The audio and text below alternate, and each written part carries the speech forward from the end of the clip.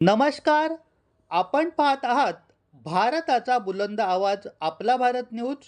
सत्याचा ध्यास, जनतेचा विश्वास.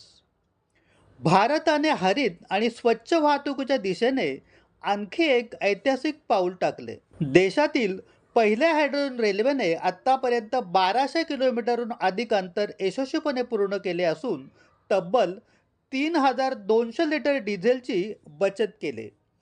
दिल्लीजवळील जिंद आणि सोनीपत स्थानकादरम्यान 17 जुलै 2026 रोजी या रेल्वेला हिरवा झेंडा दाखवण्यात आला होता.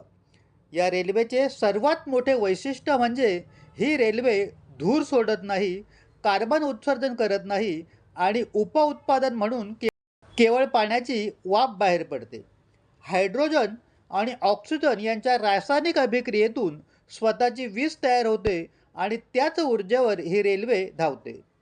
10 डब्यांच्या या रेल्वेमध्ये 2 hydrogen power cars, lithium ion phosphate battery आणि अत्याधुनिक हायड्रोजन प्रणाली बसवण्यात आली.